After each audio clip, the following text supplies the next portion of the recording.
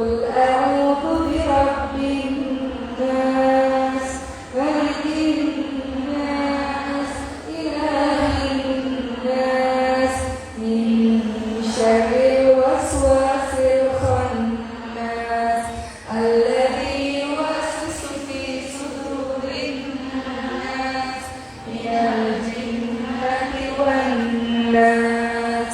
Ya Allah, bersihkanlah hati-hati kami ya Allah. Mudahkanlah ya Allah kami dalam memahami ilmu, dan kami mudahkan untuk mengamalkan dalam kehidupan sehari-hari. Amin amin ya rabbal alamin. Teman-teman, ibu-ibu semua sehat? Insya Allah. Apa kabar? Masya Allah. Saya untuk terbatas jemaahnya banyakkan anak muda atau ibu-ibu yang sudah sepuh. Biasanya sekarang ini apa kabar? Karena kalau biasanya anak muda, alhamdulillah, wah masya Allah, akbar gitu. Tapi kalau ada sering ibu-ibu, baik, alhamdulillah. Jadi di sini banyak ibu-ibu yang sepertinya ya. Boleh tahu yang umurnya 30 tahun ke atas, boleh tunjuk tangan 30 tahun ke atas. Sampai di situ lah, masya Allah. Yang 30 tahun ke bawah. Oke, ternyata nggak terlalu banyak. Jadi judul kita hari ini Existence of Young Muslim Generation kayaknya akan saya rubah sedikit. Karena di sini mayoritasnya yang umurnya 30 tahun ke atas, ya. Baik, teman-teman yang dirahmati oleh Allah Subhanahu Wa Taala, bahagia sekali saya datang kemari. Rasa-rasanya beberapa tahun yang lalu saya sempat datang ke Cawas juga. Betul nggak? Ada yang pernah katakan saya di Cawas sebelum ini? Boleh tunjuk tangan. Wah, pertemuan yang kedua kali, Masya Allah. Dulu di mana tempatnya ya, Bu? Jauh ya? Masya Allah. Masya Allah. Setelah bertahun-tahun tidak bertatap muka, ada perubahan kah? Sama ya? Mudah-mudahan. Baik, langsung saja ibu sekalian. Senang sekali karena ini adalah titik terakhir dalam perjalanan saya di Klaten. Kemarin sudah ceramah di Semarang, di Klaten. Hari ini juga tadi di Masjid Raya semalam, Masjid Agungnya tadi pagi. Dan hari ini bertemu dengan teman-teman semua. Yang insya Allah nanti sore akan kembali bertemu dengan anak-anak saya di Jakarta. Tapi yang jelas hari ini saya ingin mengajak ibu semua sebagai permulaan, izinkan saya menceritakan kisah-kisah, boleh ya teman-teman sekalian ya?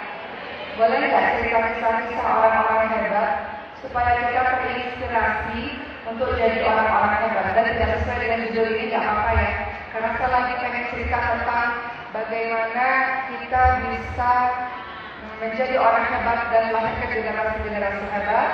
Saya ingin menceritakan kisah ibundanya para ulama-ulama. Anak-anak muda, tentu saja engkau masih diberikan kesempatan oleh Allah Subhanahu Wa Taala untuk terus belajar, mempersiapkan diri menjadi ibu-ibu yang hebat. Untuk kita para ibu-ibu yang sudah Allah anugerahi anak-anak dalam kehidupan kita, maka mari kita lihat bagaimana kisah yang luar biasa yang diajarkan oleh ibunda para ulama, ibundanya orang-orang hebat. Semua dari kita mau anak-anak kita, generasi-generasi kita hebat kan Bu? Diawali dari ibu yang hebat. Izinkan saya cerita pertama kali kisahnya ibundanya Imam Bukhari. Ada yang tahu Imam Bukhari? Ya, karya-karya Imam Bukhari ini fenomenal ya teman-teman sekalian. Hadis-hadis yang beliau tulis itu menjadi rujukan untuk umat Islam sampai hari ini. Di balik seseorang yang hebat, ada ibu yang hebat pula. Bagaimana kisah ibunda dari Imam Bukhari sampai beliau bisa menjadikan anaknya menjadi seorang yang sangat luar biasa?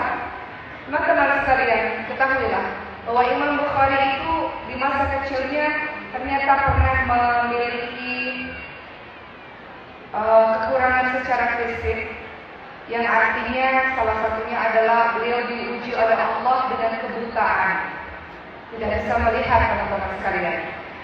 Imam Bukhari ini memang berasal dari keluarga yang saleh, keluarga yang sangat luar biasa, dan sang ibunda memang bercita-cita agar Imam Bukhari, yaitu anaknya ini, menjadi seorang ulama. Ada di sini seorang ibu yang bercita-cita anaknya menjadi seorang ulama? Boleh tunjuk tangan mana ibunda yang bercita-cita anaknya jadi ulama? Ataupun ibunda yang bercita profesi yang lain-lain, tapi semuanya harus saleh dan taat kepada Allah. Ada sama seperti ibundanya Imam Bukhari. Tidak ada seorang ibu yang tidak ingin anaknya menjadi orang hebat. Tidak mungkin. Semua ibu menginginkan anak-anaknya jadi orang yang luar biasa, orang-orang yang hebat, termasuk ibundanya Imam Bukhari. Namun ternyata untuk menjadikan diri anak-anak kita menjadi orang-orang hebat tentu saja tidak mudah. Ada perjuangan, pengorbanan yang dilakukan oleh seorang ibu. Imam Bukhari harus menjadi yatim. Ayahnya sudah meninggal dunia yatim pada saat beliau berusia 2 tahun. Maka siapa yang mendidik dan membesarkan Imam Bukhari? Tentu adalah ibunya. Single fighter. Ada di sini yang single fighter? Single mother ada? Ya, Masya Allah. Maka ini berita gembira, banyak sekali ibunda para ulama yang memang suaminya meninggal dunia. Jadi ibu ini membesarkan anaknya dan menjadi anak yang hebat, Masya Allah.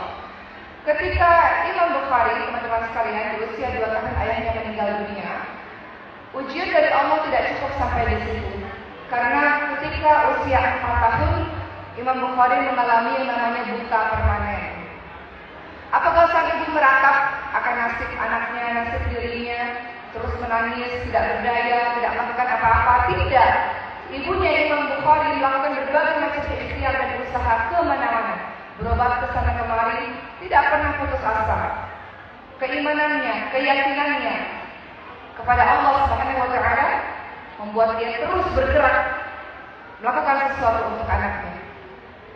Semakin pula beliau tidak hanya ikhtiar yang banyak beliau lakukan untuk kesembuhan anaknya, tapi juga keimanan yang sangat tinggi, kekhusyuan dalam beribadah, berdoa setiap saat. Tidak ada yang tidak mungkin bagi Allah Subhanahu wa Ta'ala. Kalau Allah sudah berkehendak, Allah bisa menjadikan sesuatu yang mustahil menjadi bisa, teman-teman sekalian. Maka suatu ketika ibundanya Imam Syafi'i ini berdoa, ibundanya Imam Bukhari ini berdoa kepada Allah, khusyuk dalam doa, larut dalam doa, berlinangan air matanya untuk kesembuhan anaknya, hingga suatu ketika ibunda Imam Bukhari tertidur karena lelah menangis, dan di dalam tidur tersebut beliau bermimpi bertemu dengan Nabi Ibrahim alaihissalam dalam mimpi tersebut. Maka Nabi Ibrahim alaihissalam dalam mimpi itu pun berkata kepada ibunda Imam Bukhari, mengatakan, "Wahai ibunda Imam Bukhari, sesungguhnya Allah telah mengembalikan penglihatan anakmu lantaran atau disebabkan karena banyaknya doa-doa yang kau panjatkan selama ini." Maka pada pagi harinya, ajaib, memang betul, di pagi harinya penglihatan sang anak kembali begitu saja. Apakah cerita ini mustahil, teman-teman sekalian? Tidak. Di kehidupan kita yang sekarang terlalu banyak keajaiban-keajaiban yang Allah berikan kepada kita, betul? Saya pun merasakan keajaiban itu, saya akan cerita kemudian. Kadang-kadang dokter mengatakan tidak bisa sembuh, kadang-kadang dokter mengatakan usianya tinggal sekian dan sebagainya, tapi ternyata tidak menurut Allah. Pernah mengalami atau mendengar cerita-cerita seperti itu? Maka Imam Bukhari yang tadinya buta tidak bisa melihat, tiba-tiba dengan mudah Allah berikan penglihatan, begitu saja, teman-teman sekalian. Lalu apa yang dilakukan oleh ibunda Imam Bukhari ini, Masya Allah, beliau memperjuangkan pendidikan dari anaknya agar anaknya ini menjadi seorang ulama yang besar. Singkatnya teman-teman sekalian, Masya Allah, pada akhirnya Imam Bukhari ini menjadi seseorang yang kemudian kita kenal orang yang ahli hadis, ya. Jasa beliau sangat banyak, sangat besar dalam meriwayatkan hadis. Kemudian teman-teman sekalian, ada seorang ulama mengatakan begini tentang sosok ibunda Imam Bukhari. Ibunda Imam Bukhari mungkin tidak menghasilkan kitab-kitab hadis Bukhari, tetapi beliau menghasilkan penulisnya, melahirkan anaknya, melahirkan penulisnya. Ini hanya satu kisah, teman-teman sekalian, bagaimana seorang ibunda yang hebat dan luar biasa, optimis, bisa, yakin, husnuzon, berprasangka baik kepada Allah, bersungguh-sungguh agar anaknya jadi anak-anak yang hebat. Itu yang harus kita miliki, wahai ibu sekalian dan calon ibu. Di sini banyak juga anak-anak muda, calon ibu. Kita ini memang dipersiapkan untuk menjadi madrasah pertama. Anak-anak itu lahir dan kita menjadi pendidik pertama untuk anak-anak kita. Kalau ibunya rapuh, ibunya tidak kuat, bagaimana mungkin anaknya bisa kuat? Bagaimana mungkin anaknya bisa tangguh?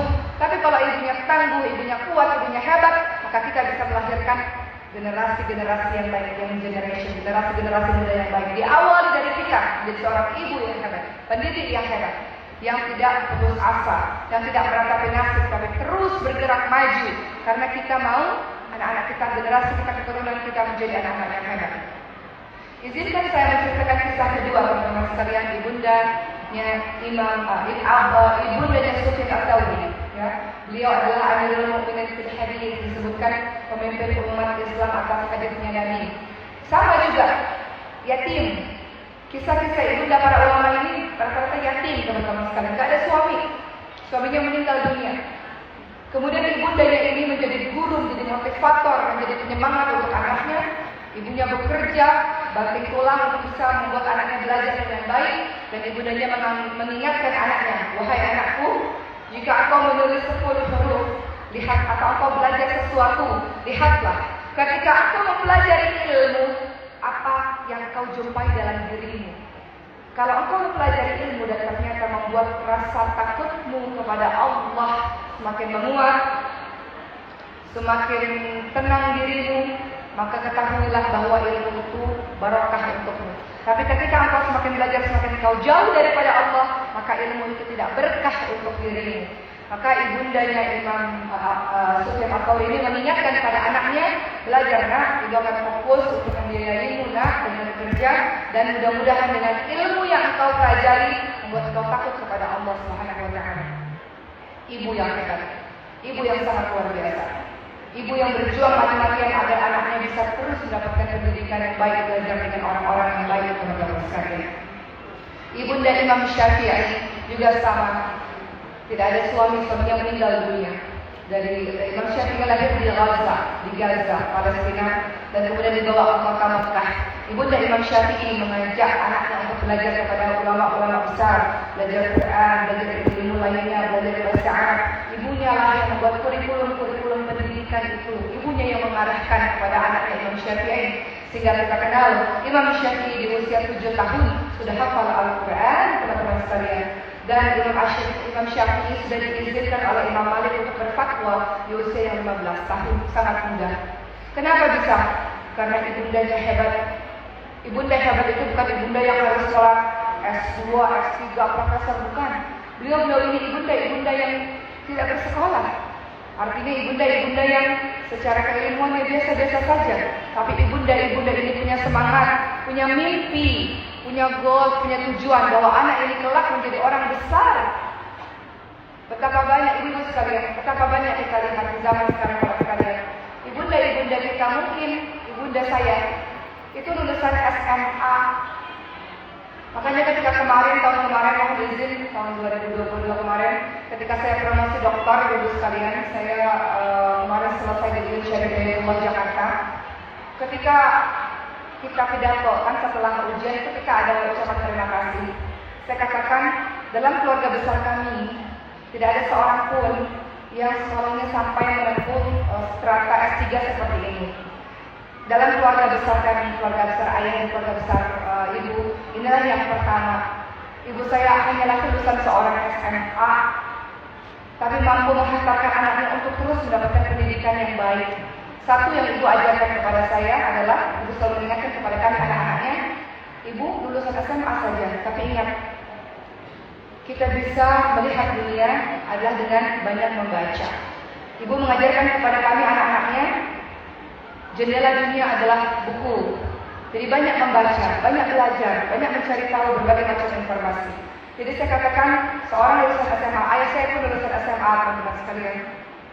Itu bisa menghantarkan anak-anaknya untuk mendapatkan pendidikan yang lebih baik. Begitu pula dengan kita, ibu sekalian. Betul kan? Mungkin kita tidak terlalu tinggi pendidikannya sampai profesor dan sebagainya mungkin. Hanya orang yang sedikit yang Allah berikan karunia seperti itu. Tapi bukan berarti anak-anak kita nggak bisa jadi orang-orang yang hebat, betul bu? Anak-anak kita bisa jadi orang-orang yang hebat. Mungkin di antara kita ada yang memang susah secara perekonomian, banyak bu. Saya saksikan dengan mata kepala saya sendiri. Berasal dari keluarga yang susah secara perekonomian. Suaminya tidak ada atau meninggal dunia. Sang ibu luar biasa membesarkan anak-anaknya. Anak-anaknya jadi orang-orang hebat, masya Allah. Maka wahai ibu dan para calon ibu, pertanyaannya adalah bagaimana kita bisa menjadikan diri kita sebagai seorang ibu yang hebat? Bagaimana caranya? Ibu yang hebat itu tentu adalah ibu yang senantiasa memiliki kedekatan kepada Allah Subhanahu wa taala.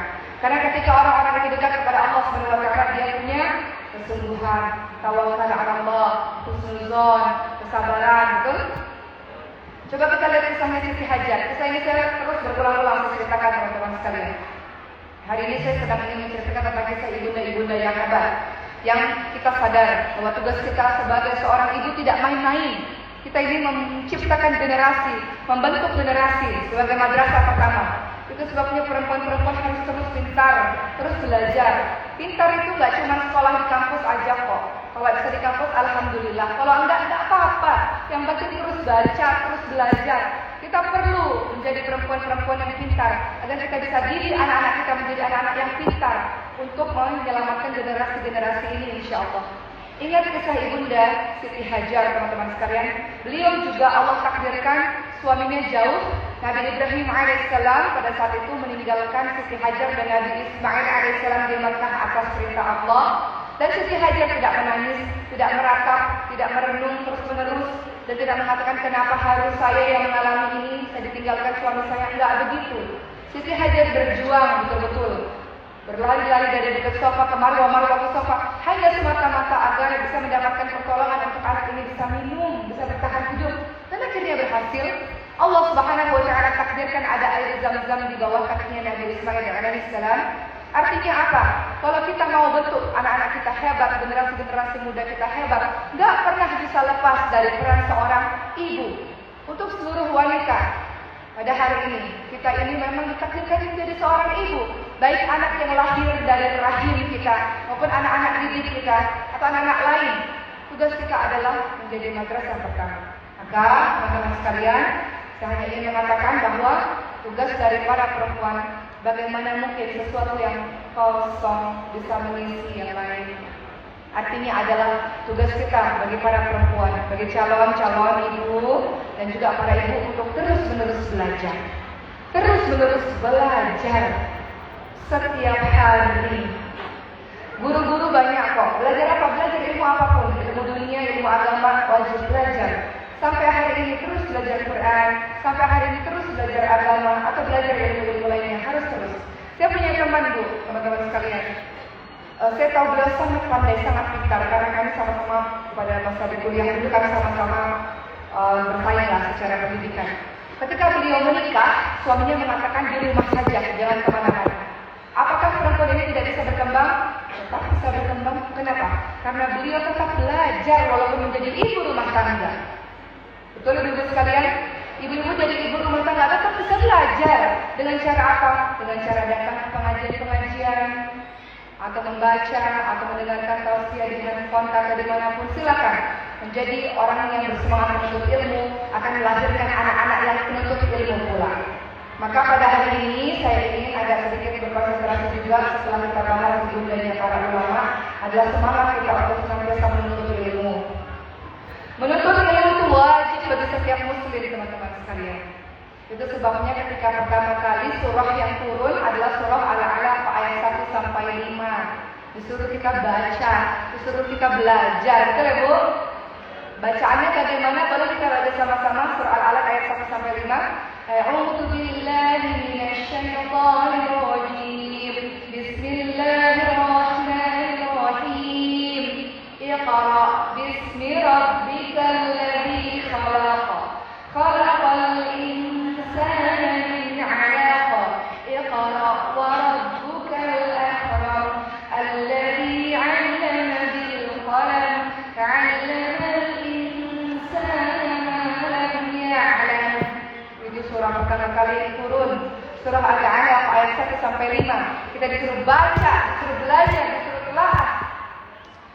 Ada satu perempuan, teman-teman tahu universitas pertama kali yang dibuat di dunia ini pertama kali universitas apa? Universitas di Maroko yang dibuat oleh seorang perempuan namanya Fatimah Al-Fihri. Pernah dengar? Saya pernah datang ke sana di sebuah kota namanya kota Fes di Maroko. Dalam buku rekor dunia, ternyata universitas pertama kali yang dibangun itu bukan Al-Azhar Kairo dalam buku rekor dunia itu, melainkan universitas yang dibangun di abad ke-9 kalau saya tidak salah oleh seorang wanita namanya Fatimah Al-Fihri. Fatimah Al-Fihri ini siapa dia? Beliau adalah berasal dari keluarga pedagang, pengusaha, pedagang dari Tunisia, yang kemudian pada akhirnya Fatimah Al-Fihri ini meninggal dunia, suaminya meninggal dunia, harta warisan itu akhirnya beliau jadikan apa? Jadikan membangun masjid dan membangun sekolah di kota Fes, Maroko, yang akhirnya banyak orang bisa belajar di masa itu. Dan akhirnya dari masjid dan sekolah itu menjadi sebuah universitas di Maroko. Seorang perempuan yang melakukan suatu gerakan, tidak hanya mendidik anaknya sendiri, tidak hanya mendidik anak-anak yang lingkup untuk dirinya sendiri, tapi juga orang lebih luas. Artinya banyak sekali wanita-wanita yang bisa senantiasa mengembangkan potensinya teman-teman sekalian bermanfaat bagi banyak orang. Fatimah Al-Fihri tidak mungkin bisa bermanfaat bagi banyak orang kalau diri sendirinya kosong. Betul ibu sekalian? Kata Rasulullah, "Khairun nas anfa'uhum linnas." Sebaik-baik orang adalah orang yang bermanfaat untuk orang lain. Kita mau kasih manfaat untuk orang lain. Bagaimana kita bisa kasih manfaat untuk orang lain kalau kita kosong? Kita mau menjadikan anak kita hebat. Bagaimana kita bisa menjadikan anak kita hebat? Kita sendiri aja sering mengeluh, tak percaya pada kemampuan diri sendiri, meratapi. Nggak mungkin, betul Bu? Beberapa hari yang lalu ada anak-anak langka, kelainan langka yang punya sindrom itu datang ke tempat kami, dan anaknya mengatakan begini ketika saya bertanya kepada mereka, tolong berikan pesan untuk kami semua. Kata anak-anak kelainan langka ini, mereka mengatakan, kami perlu ibu yang kuat, kami perlu ibu yang tangguh, kami perlu ibu yang memotivasi kami. Karena kalau ibu kami tidak kuat, bagaimana kami bisa kuat? Kami bergantung pada ibu kami, kata mereka. Kami perlu ibu yang terus semangat, yang optimis akan kehidupan ini. Karena kalau ibu sudah sedih, ibu sudah rapuh, ibu sudah tidak sanggup, bagaimana dengan kami, kata mereka. Itu mereka ucapkan kepada teman-teman sekalian. Sehingga teman-teman yang dirahmati oleh Allah SWT, untuk menjadi ibu yang hebat seperti ini, salah satu caranya adalah terus kita menuntut ilmu. Baik, teman-teman. Teman-teman lihat dalam surah Al-Mujadilah ayat ke-11, ya. Kita akan lihat keutamaan bagi mereka-mereka yang semangat dalam menuntut ilmu, tak terbatas usia. 2012 saya datang ke sebuah ma'had Quran di kota Mekah. Di situ ada wisuda Quran, umur 7 tahun paling kecil wisuda 30 juz, umur 70 tahun wisuda 30 juz, umur 70 tahun. Jadi namanya menuntut ilmu itu tak terbatas usia. Dengan kita punya ilmu, kita bisa memberikan kepada anak-anak kita bisa memberikan kepada yang lain, kepada umat ini dengan ilmu. Baik, dalam surah Al-Mujadilah ayat 11 ada kalimat A'udzu billahi minasyaitonir rajim. Yarfa'illahu alladziina aamanu minkum walladziina utul 'ilma darajat. Allah akan meninggikan orang-orang yang beriman di antaramu dan orang-orang yang diberi ilmu pengetahuan beberapa derajat. Jadi kalau mau ditinggikan derajatnya adalah dengan beriman dan dengan ilmu. Sepakat Bu? Nabi Sulaiman alaihissalam pada saat itu diberikan pilihan oleh Allah Subhanahu wa taala, mau ilmu, mau harta atau mau tahta. Kira-kira Nabi Sulaiman memilih apa? Kenapa Nabi Sulaiman memilih ilmu? Karena kalau kita pilih harta, harta akan habis. Teman-teman nih punya anak, teman-teman konglomerat, warisan banyak. Kalau dia dikasih harta aja, harta habis nggak? Habis. Karena dia tidak pandai mengelolanya, betul? Kalau dikasih jabatan saja, kira-kira jabatan akan abadi tidak? Tidak. Jabatan nggak dibarengi dengan ilmu, justru menjadi malapetaka untuknya dan untuk orang lain, betul-betul sekalian. Tapi dengan ilmu kita bisa dapat semuanya. Dengan ilmu kita bisa dapat semuanya. Itu sebabnya Nabi Sulaiman alaihissalam memilih ilmu. Pun dengan kita yang hari ini kita ingin membahas tentang ilmu, kita mau menjadi orang yang bermanfaat untuk orang lain. Kita adalah pendidik pertama, dikatakan demikian. Kita mau jadikan anak-anak kita hebat. Mustahil kalau kita nggak terus-menerus belajar. Lagi-lagi belajar itu nggak harus S1, S2, S3. Kalau bisa alhamdulillah, kalau nggak juga nggak apa-apa. Ibu saya lulusan SMA kok. Anak-anak pesantren kami banyak ibu-ibunya lulusan SD kok. Tapi anaknya hebat-hebat. Karena ibunya punya semangat untuk anak ini maju dan anak ini hebat, teman-teman sekalian. Walaupun mungkin tidak mengenyam pendidikan di bangku sekolah, tapi sering datang ke masjid mendengarkan ilmu-ilmu agama, masya Allah sama saja. Itu juga kita mendapatkan ilmu yang luar biasa. Jadi keutamaan orang-orang yang senantiasa seperti ibu semua pada hari ini panas-panas di sana mau mendengarkan ilmu, ditinggikan derajatnya oleh Allah Subhanahu wa taala menurut surah Al-Mujadilah ayat ke-11. Jadi semangat ya Bu belajar Qur'annya. Semangat datang majelis ta'limnya ya Bu. Mungkin ada ustazah-ustazah lain datang kemari, tetap harus ramai seperti ini ya Bu. Amin, insya Allah. Orang-orang yang semangat dalam menuntut ilmu. Berikutnya teman-teman sekalian, kita lihat ya, Masya Allah, para penuntut ilmu itu dia punya kriteria, yaitu tawadhu. Dia punya ciri-ciri yaitu rendah hati. Penuntut ilmu itu pasti rendah hati. Karena kalau dia sombong, dia akan mengatakan begini, saya sudah tahu, saya tidak perlu dengar. Ngapain saya belajar? Saya sudah tahu. Gak akan pernah masuk ilmu itu kepada dirinya, betul? Makanya orang-orang yang berilmu itu, orang-orang yang menuntut ilmu adalah orang-orang yang tawadhu. Kita lihat contohnya adalah sahabat Nabi namanya Ibnu Abbas radhiyallahu anhu. Ibnu Abbas radhiyallahu anhu memberitahu kepada kita akhlak dari para penuntut ilmu. Sama seperti ibu-ibu pada hari ini, saya yakin ibu-ibu banyak ilmunya, banyak pengalaman hidupnya daripada saya. Tapi dengan tawadhu dan rendah hati, ibu-ibu mau dulu di sini mendengarkan, betul? Mau dulu mendengarkan, Masya Allah. Itu bagian contoh dari tawadhu dan rendah hati. Saya pun gak selamanya bicara. Besok ada kalanya saya duduk mendengarkan guru-guru kami berbicara. Begitulah teman-teman sekalian. Seorang sahabat Nabi yang namanya Ibnu Abbas radhiyallahu anhu, beliau mengatakan, aku telah merendahkan diriku sebagai pencari ilmu. Sekarang aku menjadi mulia sebagai orang yang dicari ilmunya. Kita sebagai penuntut ilmu, kita merendahkan diri kita, betul. Tapi ada masa di mana orang-orang atau anak-anak kita akan bersama dengan kita karena kita adalah orang-orang yang bisa memberikan ilmu. Ibnu Abbas punya kebiasaan yang luar biasa. Ketika Rasulullah SAW wafat bertahun-tahun setelah beliau wafat, Ibnu Abbas itu suka sekali tidur di rumahnya, di teras rumah para guru-guru demi menuntut ilmu, demi mencari ilmu. Sampai-sampai para guru ini mengatakan, wahai Ibnu Abbas, kenapa engkau tidur di depan rumah kami? Kami bisa mendatangimu untuk mengajarimu. Wahai Ibnu Abbas, kepada saudaranya Rasulullah SAW, kata Ibnu Abbas adalah, akulah yang menjadi murid dan akulah yang wajib mendatangimu wahai para guru. Sebab ilmu itu didatangi, bukan mendatangi, katanya. Ilmu itu didatangi, bukan mendatangi. Jadi dari Ibnu Abbas radhiyallahu anhu kita bisa mengambil pelajaran bahwa kalau mau jadi orang yang pandai, jadi ibu yang hebat, lahirkan generasi-generasi yang hebat, kejar, datangi ilmu tersebut. Di Klaten ini kan banyak ustazah-ustazah hebat, guru-guru hebat, Pak Kiai, yang lain-lain. Kejar, datangi majelis-majelisnya, belajar teman-teman sekalian, supaya kita bisa menjadi ibu yang hebat untuk anak-anak kita. Teman-teman yang dirahmati oleh Allah Subhanahu wa Ta'ala, berbicara tentang seorang ibu, seorang perempuan, Masya Allah, ya, saya akan sedikit juga menyampaikan kepada teman-teman semua. Seorang perempuan atau seorang yang hebat tidak hanya sekedar orang yang senantiasa menuntut ilmu terus-menerus. Dia pasti merasa bertanggung jawab penuh untuk menuntut ilmu, tapi dia juga tahu ada hal-hal lain yang harus dia lakukan, teman-teman sekalian. Menuntut ilmu tanpa dibarengi dengan iman, itu khawatir akan menjadi orang yang jauh daripada Allah Subhanahu wa Ta'ala. Makanya dalam surah Al-Mujadilah ayat 11 tadi dikatakan, kalau engkau mau jadi orang-orang yang ditinggikan derajatnya oleh Allah, ada iman, ada ilmu. Banyakkah orang-orang yang pintar tapi kemudian tidak dekat dengan Allah? Banyak gak? Banyak. Akibatnya apa? Akibatnya dia akan sombong. Dia akan merasa, saya ini pandai karena diri saya sendiri.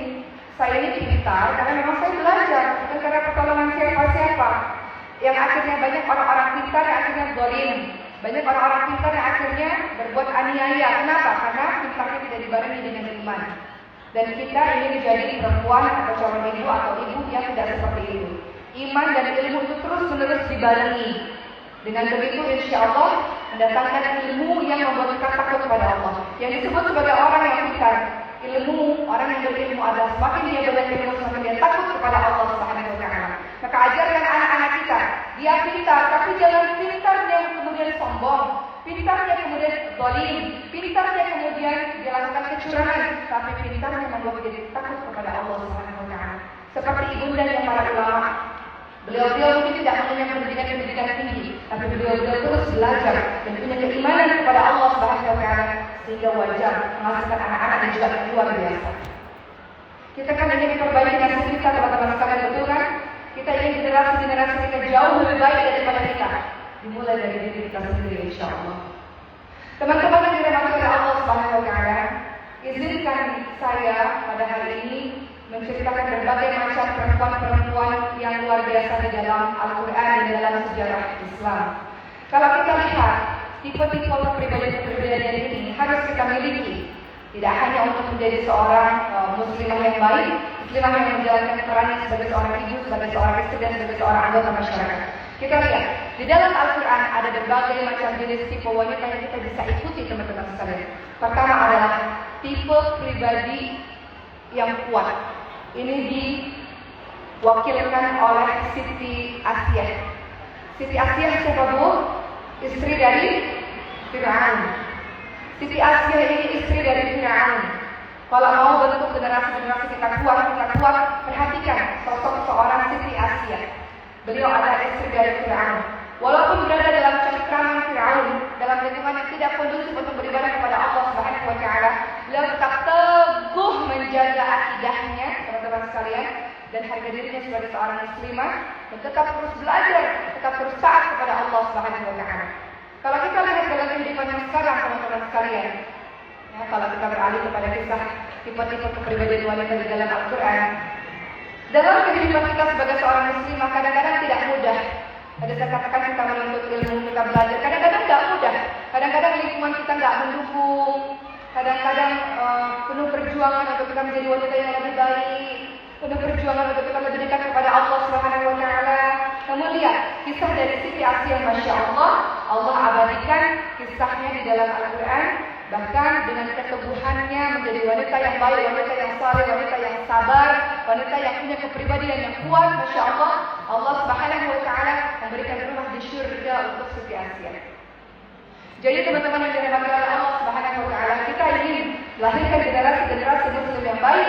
Selain punya karakter menuntut ilmu, karakter yang kedua adalah punya kepribadian yang kuat dan tangguh, tidak tahan banting. Apapun yang terjadi dalam kehidupan kita, tahan banting. Kita harus kuat karena anak-anak kita membutuhkan ibu yang kuat.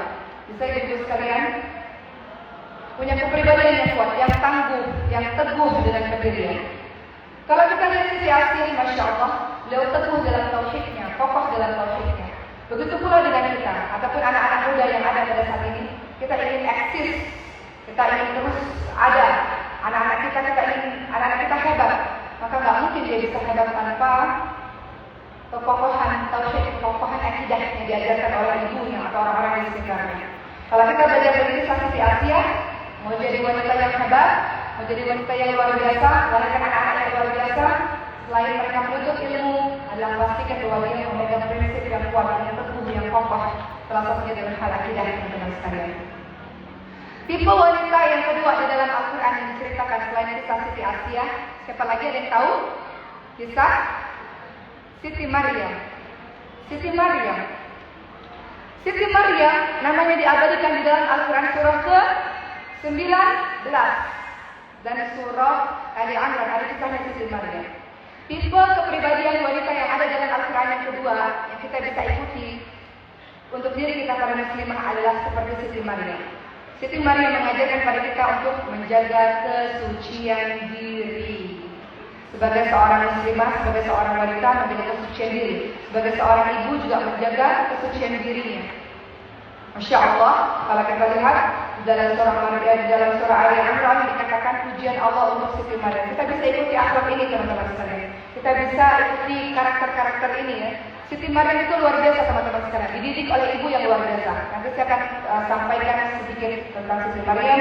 Tapi kalau teman-teman lihat dalam surah Ali Imran, teman-teman sekalian, di situ tertulis bagaimana Allah memuji Siti Maryam di dalam surah Ali Imran ayat 42. Allah Subhanahu wa taala ingatkan, "A'udzu billahi minasyaitonir rajim. Wa idh qalatil malaikatu ya Maryam, inna Allaha astafaki wa tahharaki wa astafaki 'ala nisa'il 'alamin." Dalam surah Ali Imran ayat ke-42 Allah Subhanahu wa taala berfirman yang artinya, dan ingatlah ketika para malaikat berkata, "Wahai Maryam, sesungguhnya Allah telah memilihmu, telah mensucikanmu, telah melebihkanmu di atas segala perempuan di seluruh alam." Pertanyaannya luar biasa. Allah memberikan pujian kepada Siti Maryam. Kenapa beliau bisa seperti ini? Lagi-lagi kan ada ibu yang hebat, teman-teman sekalian. Siti Maryam berasal dari keluarga yang baik, keluarga yang saleh, keluarga yang hebat. Dan kita mau seperti itu. Memangnya apa yang dilakukan Ibunda Siti Maryam dalam surah Ali Imran ayat 35 sampai 37 itu dijelaskan Ibunda Siti Maryam adalah ibunda yang hebat, ibunda yang kuat. Yang pertama adalah selalu berdoa. Yang pertama, Ibunda Siti Maryam selalu berdoa ketika mengandung agar anak yang dikandungnya ini menjadi penolong untuk agama Allah Subhanahu wa taala. Menyambung dengan kisah para ibunda, para ulama tadi kan teman-teman sekalian, kalau kita mau generasi kita hebat mulai dari diri kita sendiri untuk mendidik anak-anak kita dengan baik, mengisi diri kita dengan ilmu, dengan tauhid yang kokoh, dengan iman yang luar biasa. Apa doa dari Ibunda Siti Maryam untuk anaknya? Dan doa ini hanya bisa diucapkan oleh orang-orang yang salihah. Apa doanya? Dalam surah Ali Imran ayat ke-35, Ibunda Siti Maryam berdoa, Rabbi inni nadartu laka ma fi batni muharrara fataqabbal minni innaka antas samiul alim. Ibunda Siti Maryam berdoa, ya Allah, aku ini mengandung ya Allah, dan aku berjanji bernazar agar kelak apa yang aku kandung ini ya Allah, janin ini ya Allah, ia akan menjadi hamba yang mengabdi kepadamu ya Allah. Sungguh Kaulah yang maha mendengar lagi maha mengetahui. Tidak semua ibu bisa mengatakan, ya Allah, anak ini telah menjadi pengabdi untuk agamamu ya Allah. Tidak semua ibu mengatakan demikian. Betul? Hanya ibu-ibu yang salihah, ibu-ibu yang berilmu, ibu-ibu yang beriman, yang mampu mengucapkan kalimat-kalimat seperti ini. Jadi wajar kalau Siti Maryam dikatakan sebagai seorang wanita yang terbaik di zamannya karena punya ibu yang hebat, teman-teman sekalian. Yang bahkan sebelum anak itu lahir, ibu itu sudah berjanji, akan aku jadikan anak ini untuk menjadi pengabdi agamamu ya Allah, untuk menjadi penolong agamamu ya Allah. Dengan kata lain, anak ini akan aku didik sungguh-sungguh ya Allah untuk jadi orang yang taat kepadamu ya Allah. Begitu teman-teman sekalian. Tidak semuanya seorang ibu bisa mengatakan demikian, kecuali ibu-ibu yang saleh dan saleh. Yang kedua, Ibunda Siti Maryam dalam surah Ali Imran ayat 35 juga mengatakan, wa ini samaituha Maryam, diberikan nama yang baik untuk anak itu. Bayangkan, ibu-ibu yang tak berilmu, yang tak beriman, mustahil memberikan nama anak-anak itu menjadi nama anak-anak yang baik. Hanya orang-orang berilmu yang tahu bahwa Allah memiliki nama-nama yang disukai. Abdullah, Abdul Rahman, Abdul Somad, misalnya Abdul Razak, atau nama-nama nabi-nabi orang-orang saleh itu nama-nama baik, nama-nama sifat, nama-nama baik, dan itu adalah doa. Mustahil itu bisa dilakukan bagi perempuan-perempuan yang tidak berilmu, tidak beriman, mustahil. Maka syarat untuk kita mau agar diri kita, anak-anak kita hebat adalah berilmu, beriman. Dengan begitu insya Allah melahirkan sifat-sifat yang lain. Jadi yang kedua, memberikan nama yang baik. Yang ketiga, teman-teman sekalian, doa terus menerus. Doa terus menerus. Wahai ibunda, di sini banyak para ummahat ya, ibu-ibu yang luar biasa. Ketahuilah bahwa setiap perkataanmu adalah doa. Kullu kalimat doa. Semua perkataan adalah doa untuk anak-anak kita. Rasul ingatkan ada beberapa doa yang mustajab. Doa pemimpin yang adil, doa orang yang sabar dalam perjalanan, doa orang yang dizalimi, doa orang yang puasa sampai dia berbunga, dan doa orang tua kepada anaknya, teman-teman sekalian. Maka pastikan untuk senantiasa berdoa untuk anak-anak kita. Anak-anak ingatkan ibunya untuk mendoakan kita, atau minta ibu kita doakan kita. Wahai para ibu, doakan anak-anak kita. Sebagaimana Ibunda Siti Maryam selalu berdoa untuk anaknya, Ibunda Siti Maryam meminta kepada Allah Subhanahu wa taala, teman-teman sekalian, dengan kalimat, wahai Allah, aku memohon perlindungan-Mu untuknya dan anak cucunya dari gangguan syaitan yang terkutuk. Mau lahirkan generasi-generasi yang saleh, generasi-generasi yang kuat dan hebat, tidak mungkin tiba-tiba begitu saja. Ulama-ulama itu yang tadi saya sebutkan, Imam Bukhari kan, atau Imam Syafi'i kan, dan yang lain-lain tidak akan terjadi hebat tanpa ada ibu yang hebat. Ibu yang hebat ini yang ketiga ini selalu mendoakan anaknya, selalu dan selalu. Ibundanya Muhammad Al-Fatih, teman-teman sekalian, sejak kecil. Muhammad Al-Fatih siapa itu? Beliau adalah orang yang bisa menaklukkan, bisa membebaskan Konstantinopel. Dulu Rasulullah pernah berkata, sebaik-baik pemimpin adalah mereka yang bisa membebaskan Konstantinopel. Itu sebaik-baik pemimpin yang sekarang kita kenal dengan nama Istanbul di Turki. Dan pasukannya adalah sebaik-baik pasukan. Dan ibundanya Muhammad Al-Fatih sejak kecil mengatakan, nah ini map-mapnya, ini peta geografi. Ini yang namanya Konstantinopel, dan engkaulah yang akan bisa membebaskan Konstantinopel. Engkaulah yang disebut oleh Nabi sebaik-baik pemimpin dan pasukan sebaik-baik pasukan. Kaulah orangnya. Teman-teman sekalian. Bagaimana seorang ibu ini akhirnya menjadi seorang yang sangat luar biasa jasanya dalam membuat anaknya menjadi anak-anak yang hebat, teman-teman sekalian.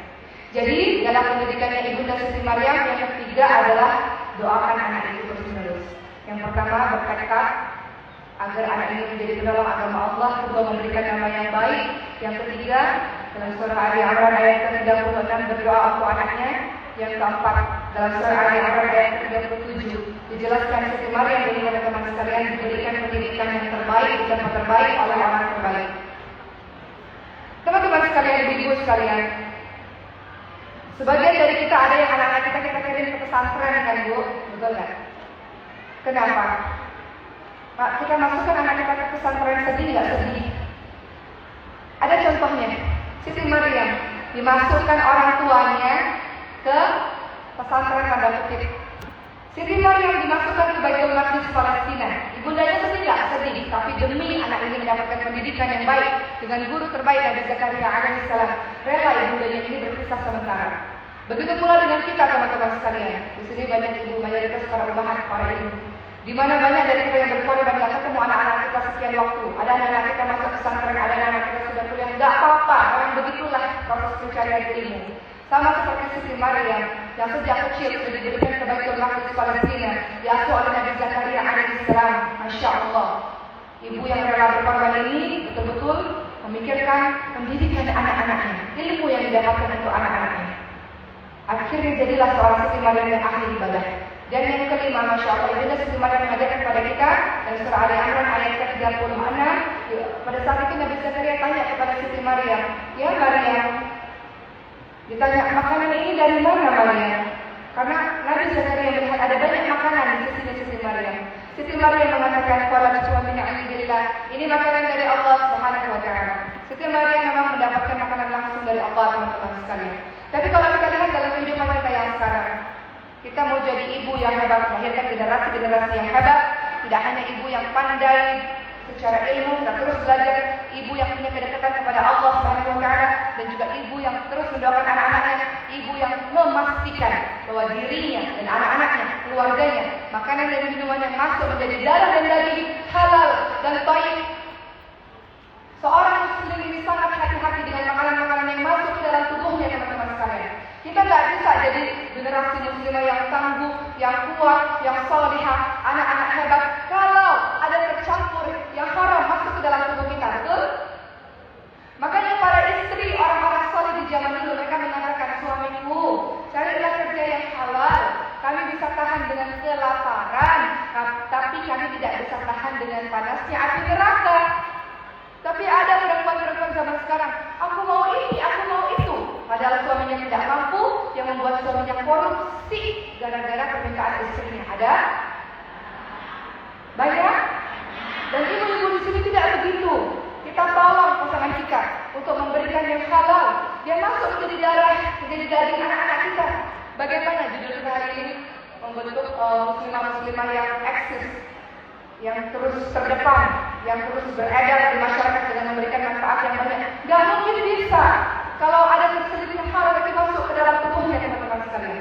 Rasulullah SAW pernah menegur salah seorang yang berdoa kepada Allah, ya Allah, saya berdoa tapi Kau tidak kabulkan. Kata Rasulullah, bagaimana Nabi Allah mengabulkan doa-doamu sementara seluruhnya yang ada pada dirimu haram. Kau makan dari harta yang haram, pakaianmu sendalmu dari harta yang haram. Allah tidak mengabulkan doa dari orang-orang yang masuk ke dalam tubuhnya yang haram-haram. Ini penting, teman-teman sekalian, penting. Harus teliti betul dari mana uang itu didapatkan, makanan itu didapatkan dari mana, teliti betul. Karena itu akan mempengaruhi anak-anak kita. Singkat ya teman-teman sekalian, hari ini sebagai seorang muslimah, memang kita punya banyak peran dalam kehidupan. Peran kita sebagai seorang hamba Allah, peran kita sebagai seorang ibu, peran kita sebagai seorang anak, sebagai seorang istri, sebagai seorang anggota masyarakat, banyak sekali peran kita.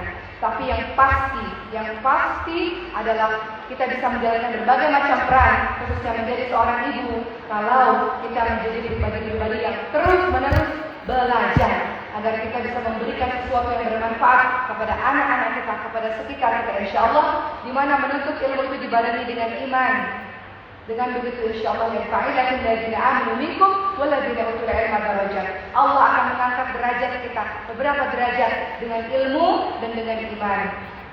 Dalam hadis yang lain Rasulullah ingatkan teman-teman sekalian, Allah mengangkat derajat seseorang karena Al-Quran, merendahkan derajat seseorang karena Al-Quran. Bagi ibu-ibu yang selama ini mendidik anak-anaknya dengan Quran, rasakan keberkahan Al-Quran. Ibu rasakan tidak keberkahan Al-Quran? Betapa Al-Quran itu mengangkat derajat kita semua, Masya Allah teman-teman sekalian. Jadi wahai ibu dan calon ibu, anak-anak muda yang bergabung pada hari ini, masih ada waktu, tidak ada kata terlambat. Semangatlah untuk terus menuntut ilmu.